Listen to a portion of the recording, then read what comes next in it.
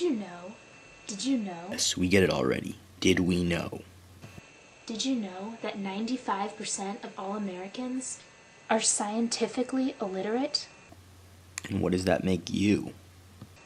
Scientifically illiterate. Stop repeating yourself. We're not scientifically deaf as well. It's true. Now if you just believed me, there's a word for you. Gullible. That's right.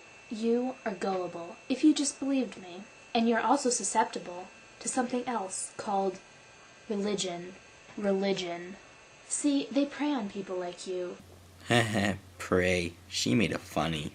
Who are gullible and who are unwilling to ask a series of questions. Talking about questions, I was wondering to myself, how does someone like her, get laid? Is there really some guy out there that's that desperate? Or maybe sperm donations? And more importantly, can I find other sources? Other sources? Well, I guess you could pay a lot of money, but I don't know. I wouldn't do it. That will back that up, that are also reliable. 2, where did they get their data? Are they using a graph, which I saw recently on a commercial, that on the x-axis it labeled it time? What is time?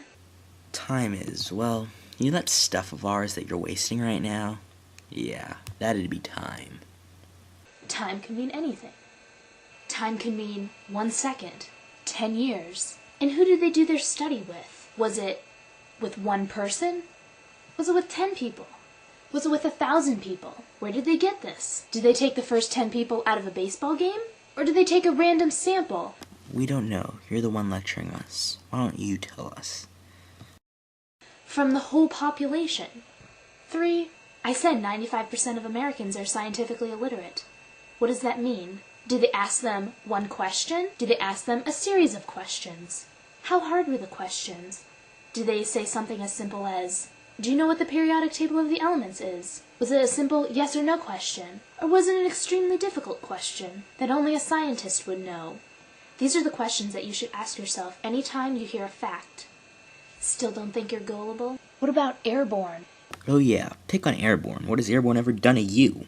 You've seen it in the shelves. Does it actually work? They say it's clinically tested, or some variation on that. You say to yourself, they can't say that if it's not true.